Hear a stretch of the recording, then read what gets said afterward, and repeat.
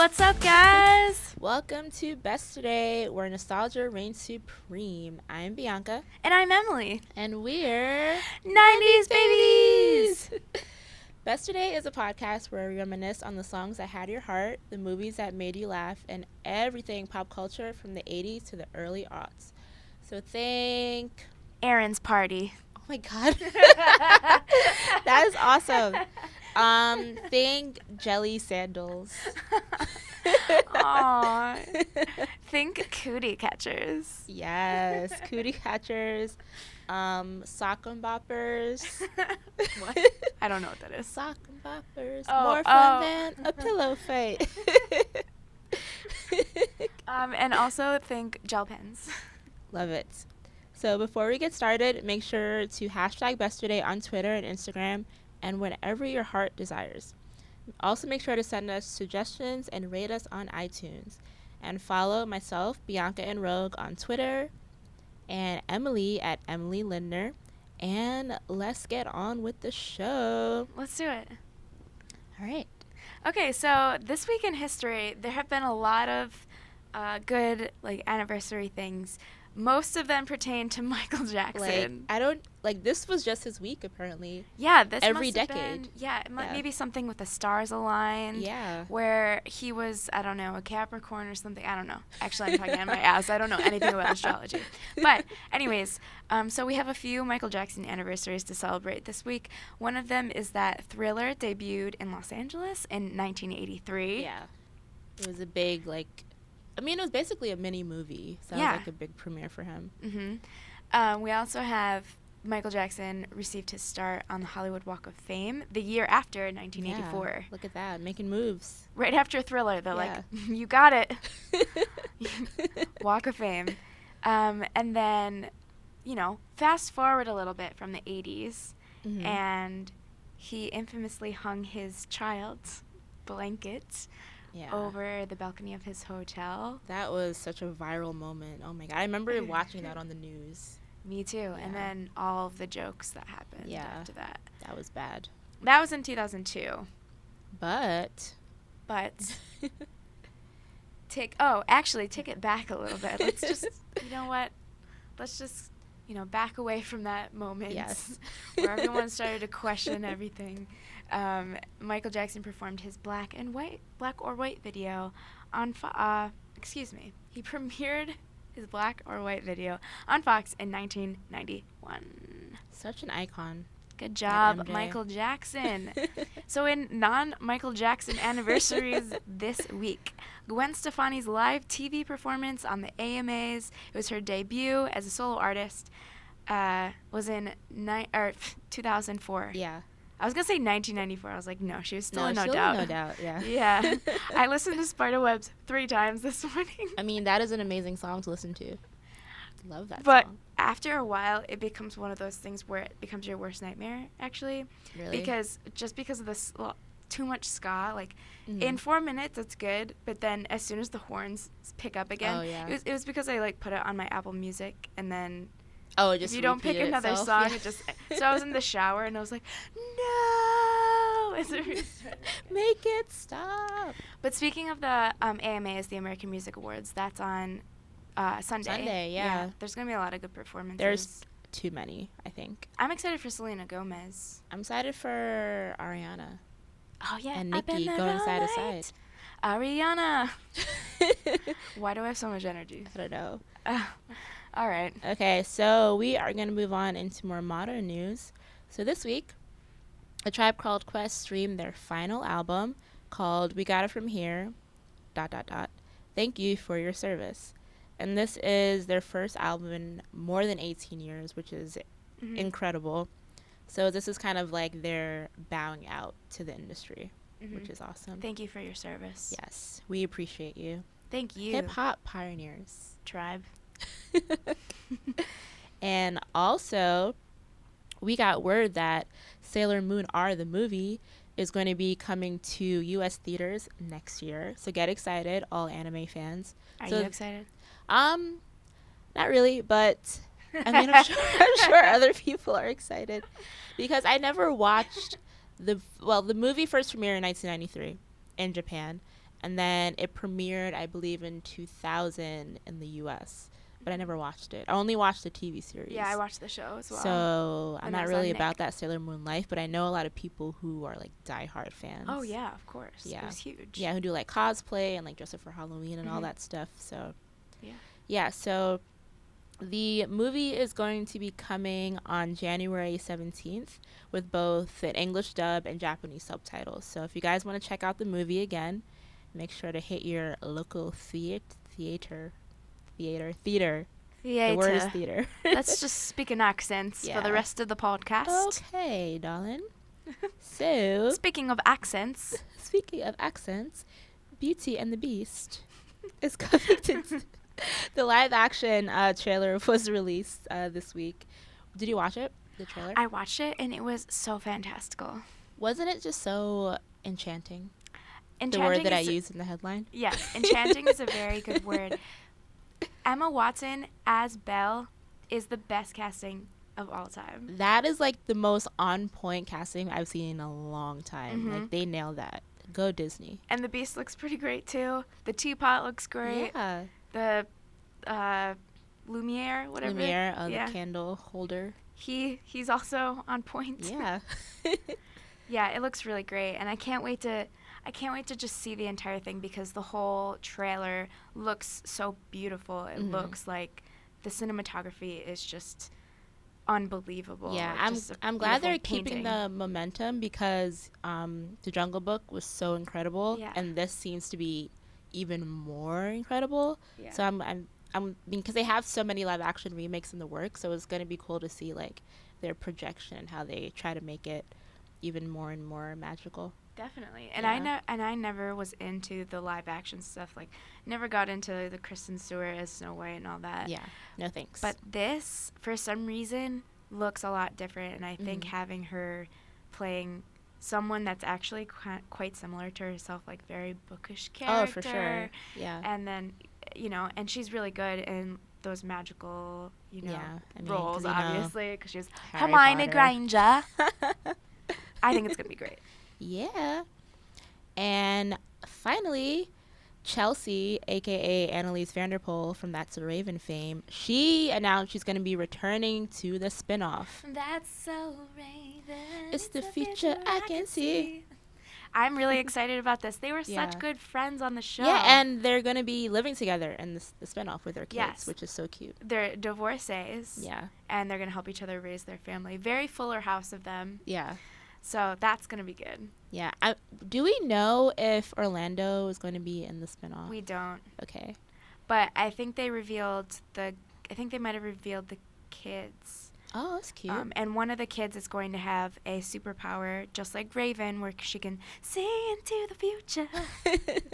Where she can see into the future Yeah. and, cause all the drama and try and stop things before they happen, even though we all know they're always going to happen anyway. She's going to be in so many shenanigans. Spoiler alerts.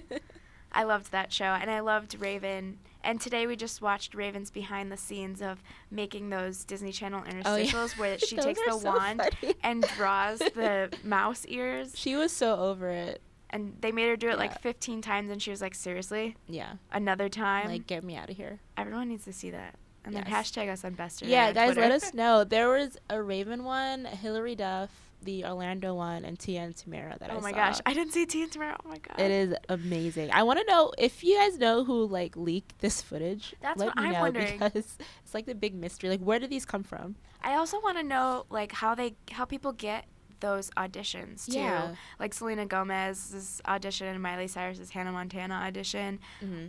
Who leaks those tapes? I don't Is it the know. family or like look at my child? Yeah. I don't know.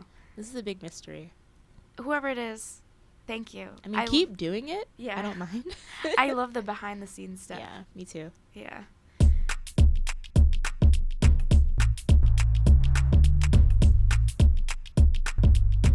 We have some big anniversaries. So lots of albums and movies and one TV show. And usually we only cover one album or two Yeah, albums. but this was a huge week for pop culture, Yeah. apparently. And we have a lot of stuff, a lot of anniversaries for things that were big parts of our childhood, obviously. Yeah. The first one being Lil Kim's Hardcore, which came out 20 years ago this week. That is amazing. 1996. Yeah, it's her debut album. It was her debut album, and after, having success rapping, everyone was like, you should go out on your own. Yeah. And then she went on her own, and then she was, like, super dirty, and everyone's like, wow. Yeah. You sing about sex a lot. I've, of course, can listen to this album when I was younger because it is super raunchy. Like, the opening track is her having sex with a guy. Like, you could hear them. So I'm like, yeah. I actually listened to some of Hardcore, like, right before this, and I skipped the first track, and now I'm really sad. It's very NSFW, so just letting you guys know, listen to it in the comfort of your home. Or don't. Or don't. I mean, if you're about that life. If you're like me. Wait, so I have some trivia for you, actually, about this album. What? I was not prepared. I didn't want to, Okay. I'm springing it on you, Okay. but I figured you can handle it. All right. Okay, so the first question is, on the album cover, what is Lil Kim posing on top of? Like a bear rug. Ding, ding, ding, Yeah. ding, ding. That is true. It looks like a polar bear. Yeah, it's a white polar bear. I mean, polar bears are white, but yeah. And she's wearing, like, bejeweled outfit. Yeah, bikini very thing. classy. Okay. Finish the Big Mama Thang lyric. Okay. Are you worried? Are you worried about what's going to Do it. The first lyric, first of all, is I used to be scared of dick. Now I throw lips to the shit. Handle it like a real bitch. Okay. Wow. Okay. Things are going spiraling. Okay, this is the lyric that I want you to finish. Okay. You want to be this queen bee, but you can't be. Oh, no, I don't know that one. That's why you're mad at me. Oh, wait, what song is that from? That's from Big Mama Thang. That's really? like the chorus that Duh. dude sings. That was a flop for me. I'm really happy that you got the opening lyrics, though. That's like the most iconic moment. Okay, and then the last one is a little safer. Okay. How many copies did it sell worldwide? 6 million? Yes. Boom. Did you look it up on Wikipedia? I mean, when I was, like, researching for today, I had to look up the stats. Okay, that's really good, but I'm, like, actually impressed that you Thanks. retained the numbers, because I'm glad not a I numbers remember person. that, because that's, like, a very specific thing. Yes. You got 2 out of 3, and pretty much 2.5 because you knew the other lyrics. Yeah. Okay. All right. That was my hardcore trivia. Thanks. Well, congrats to Lil Kim for, 20 plus years in the business is awesome. Yes. Especially for a female rapper. So that's really cool. Yeah, I wish you would make another album. Girl, we've been waiting. We've been waiting. Forever. I feel like she's had her reincarnation for the last, 3 years. Mm-hmm. I remember when she came on Graphics Live on MTV, and we were all like, yes, Lil Kim, she's back. Yeah. And then she was just recently on VH1's. Oh, yeah, the Hip Hop Honors. Uh-huh, and she was there, too, and everyone's honoring her, of course, because she's a legend. Yeah, so we're like, oh, is she going to drop something? And nothing happened. But she has, very classic songs, and everyone's on her side. Like, on her first album, she had so many rappers. Yeah. I didn't even know that, Jay-Z was on there. Mm-hmm. Very cool. Yeah. Go Lil Kim.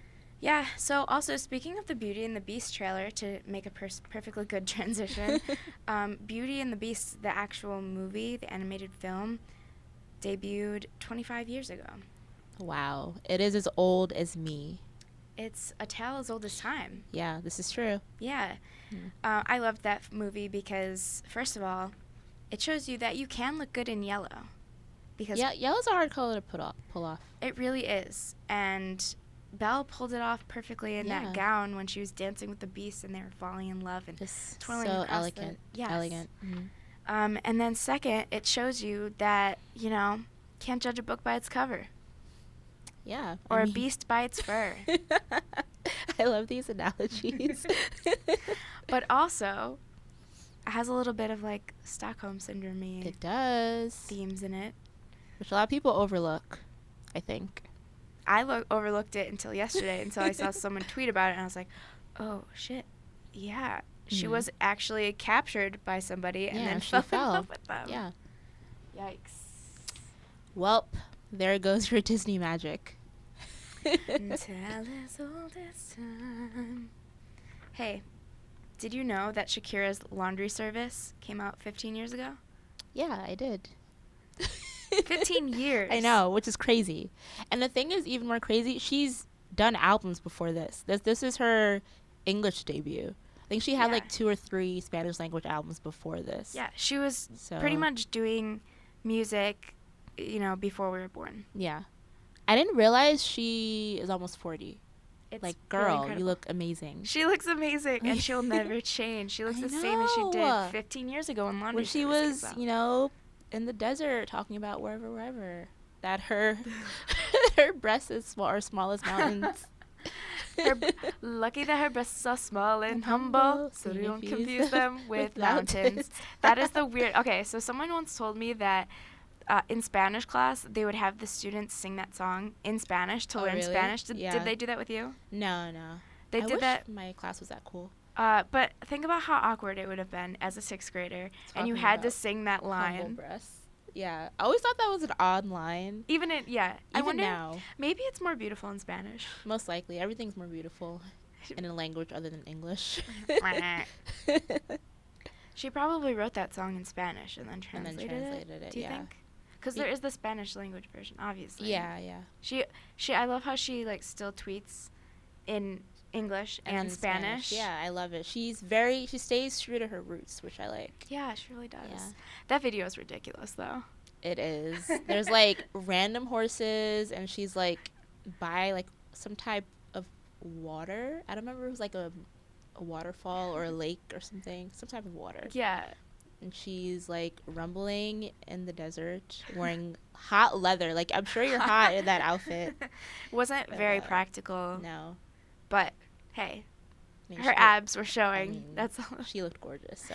Yeah, I always thought that outfit was a tad ridiculous because it looked very hot and she was very oily, and I'm sure that was the point of the video. Yeah. But also, it looked like she was on a green screen. They didn't even No, try. it didn't look real. I was like, what are you doing? This is her debut single. Make try it work. harder. They didn't even put her in front of a real ocean. No. They put her in a fake. She was in the middle of a studio. They were spraying sweat on her, and they were oiling up her body. Oh, poor Shakira. Here we are feeling sorry for her hot leather when she was probably in an air-conditioned studio. That song was really... that song... And once you listen to the song, too, you're just like, this was really a single. The chorus is very catchy, but the actual production on it reminds me of, what they tried to do with Rita Ora, which is, no shade to Rita Ora, but, the song itself is very catchy. The lyrics and the melody is very catchy. But when it comes to the production, I feel like they kind of phoned it in a little bit. Should I stop talking? No, because I like this. I love shade, so... Sorry. I don't know. I just thought, the pan flutes were kind of weird, but maybe... I don't know. I know. It gave it more of, a worldly sound, yeah. I guess. I guess that's what gave her that, made her unique. And yeah. I listened to a little bit of Laundry Service today before the recording, and I was listening to it, and I was like, oh, man, I definitely can envision my aunt driving around the suburbs listening why your to aunt? Because I just remember, listening to my aunt driving around with, music that my parents didn't listen to, because my parents always listened to, classic rock. Yeah. And so I would get in someone else's car, my friends or, my other family members, and they'd be listening to current music, and I'd be like, oh. So this is what it's like. Adults listen to, what kids listen to? And I was just, being... mind blown. Yeah. That's so cute. But I was just listening to the album today. I was like, yeah, I could totally hear my aunt blasting this right now. Okay, and then, so we got another anniversary coming up. First Harry Potter movie. Harry Potter and the Sorcerer's Stone. Harry Potter. Potter. We did this. Whoa, that was really good. Really? Potter. Oh, thanks. Yeah, I got very excited there. Didn't we do this last podcast? We're like, Harry Potter. We probably did. Yes, because the puppets. Oh, yes. Dumbledore. Shout out to our weekly listeners who remember that. So, yes, the first Harry Potter and the Sorcerer's Stone came out 15 years ago. I can't believe that. And this movie was just introduced us to so many things. Yeah. First of all, a world that we did not know of. Yes. Hogwarts. Yeah.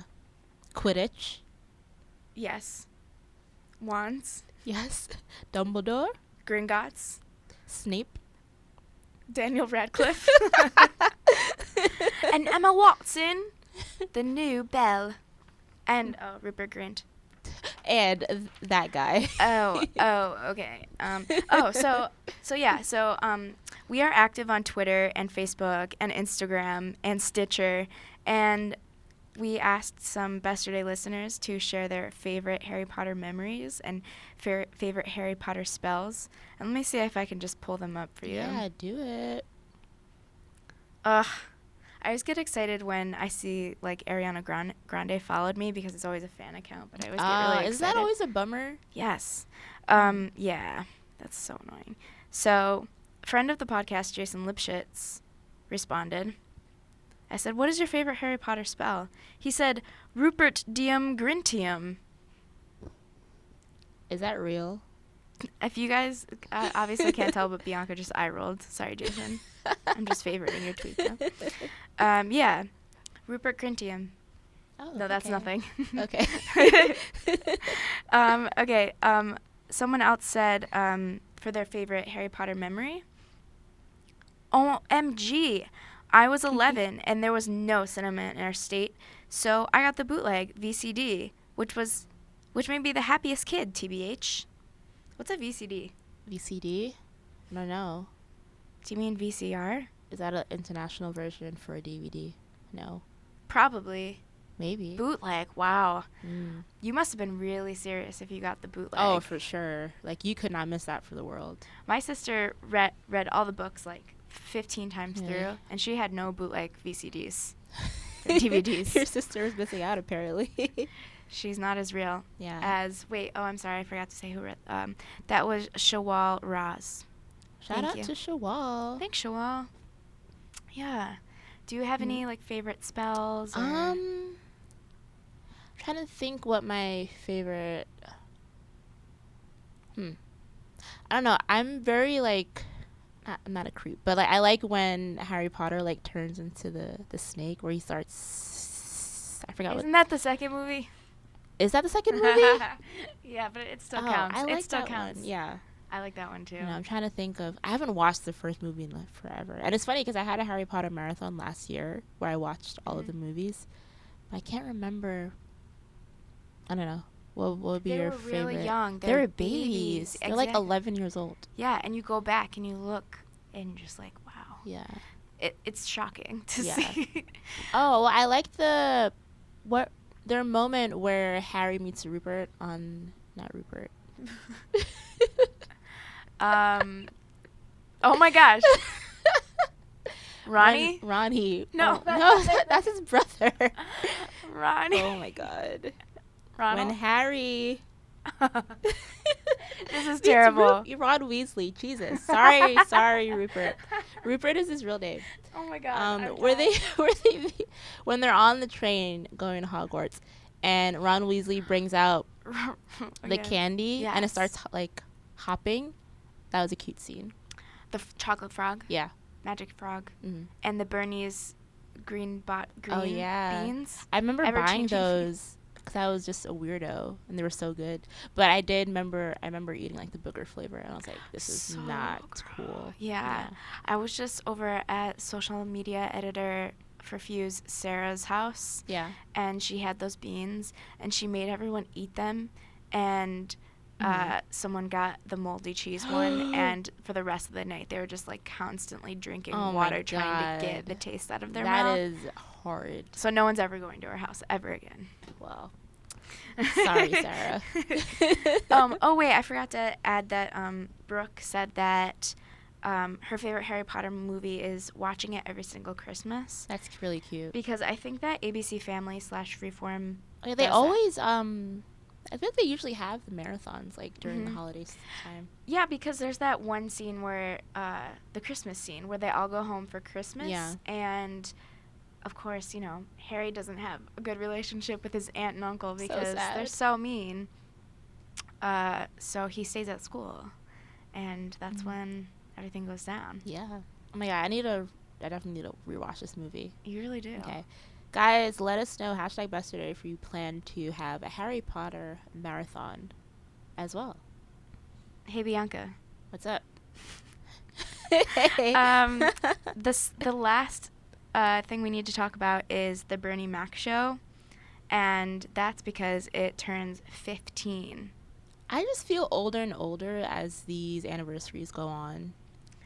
Yeah, me too, because that show I actually did watch a lot, like after school, because it was always on. Yeah, it was always on. I'm surprised. Fuse should get that syndicated. I'm sure they already did. Probably. Yeah, and I can't believe. Bernie has been gone for like at least 6 years. Yeah. I think 6 years now, 8 years. Yeah, Wow. that in itself is crazy. And actually, I don't know if you saw this, but they just declared November 14th Bernie Mac Day in Chicago. Oh, that's so cute. Yeah.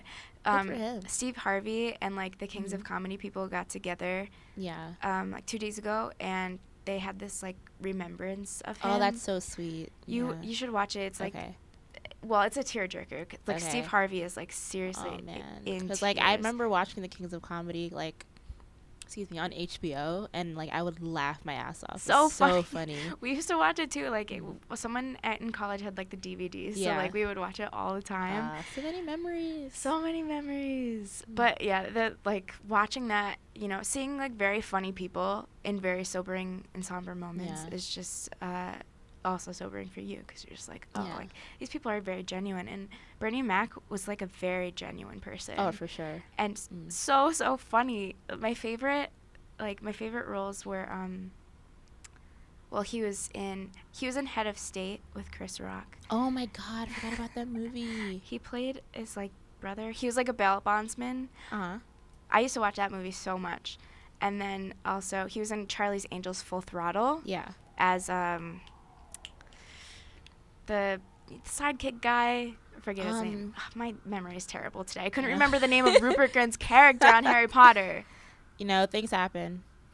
Anyways, yeah. Bernie Mac show was great. Yeah. Because he was a uncle trying to raise his sister's kids, and he had no idea how to do that. It was a hot mess, but there was always fun moments. And I'm trying to think of a role that I liked him in. I guess like all the Ocean's movies. Yeah. Yeah.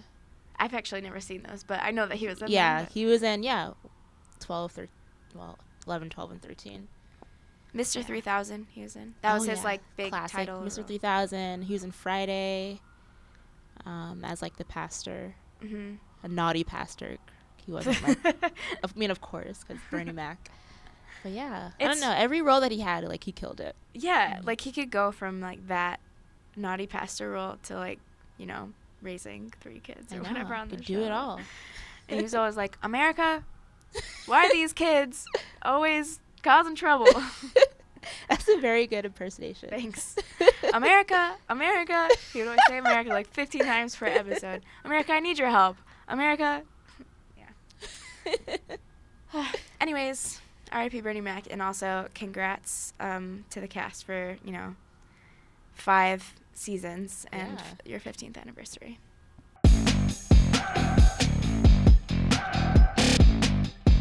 All right, it's time for my favorite part of the episode, Song of the Week. I'm really excited for Song of the Week. Okay, are you going to go first? Sure, I'll go first. Okay. So, speaking of my aunt driving around in her SUV around suburban Buffalo, I remember just one time having to meet her in a parking lot. We were like carpooling somewhere, and she rolls up, and Lou Bega is just blasting through her entire vehicle. God. Mambo Number 5 is my Song of the Week. That's a classic. A one-hit wonder classic. One-hit wonder. So Bianca does this Where They Now column on FuseTV that you should all check out, because it's really amazing. Thanks for the shout-out. But you should do Lou Bega. If I could find him, that would be incredible. Yeah. Oh my god, guys, let me know. Like, if you have any suggestions of my then and now column, please at me on Twitter. My favorite one that you did is Yeah. Baby Bash so far. That was a really great interview. Thank you. I have 2 more coming for the remainder of the year, so look out for that, guys. It's gonna be fun. What's your song of the week? Okay, so do you remember the show Taina on Nickelodeon? What is it? Taina. No. I know I can't wait to see my name in lights. Anyway. Am I supposed to know this? I'll show it to you after the show. But okay. So I was rewatching Taina because this is what I do. I just So the show premiered in 2000, I believe. It was on Nickelodeon for 2 seasons, and all the episodes are on YouTube. So I was watching it all weekend, and then I remember that 3LW was a guest on Taina. There were a girl group called Blue Mascara. Yeah. And I was like, whoa. I had like first of all, in 6th grade, I remember I didn't buy it, like my parents gave me the money to buy it, the 3LW's debut album, and I listened to that like every day in elementary school. So my song of the week is Players Gonna Play by 3LW because it just brought me back to elementary school and like trying to sing all their songs. Wait, how does that go? Players, they gonna play, and haters, they gonna hate. Ballers, they gonna bowl. Yeah. That was my jam. Those are the only 10 seconds we are allowed to sing stuff in this podcast.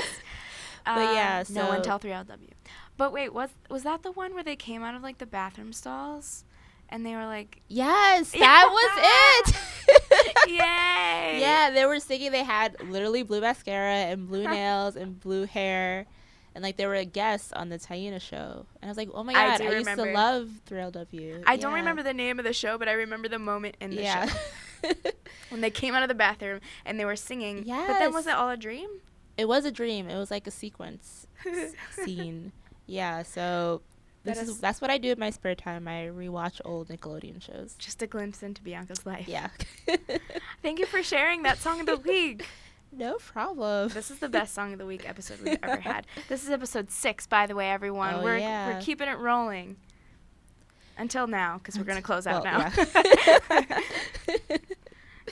Okay, so that's it for this week of Besterday. Thanks for listening and putting up with our nostalgic shenanigans. Yes, and of course, follow us on all the social media and #Besterday so you can talk to us. Follow me at Emilee Lindner on Twitter. And me at Bianca and Rogue. And give us some reviews on iTunes. Let us know what you want to hear and all that. Oh, and listen to, you can listen to all the Fuse podcasts. Oh, yeah. On fuse.tv/podcast. Yeah, check out K-Stop and Back of the Class. Okay, bye. Bye.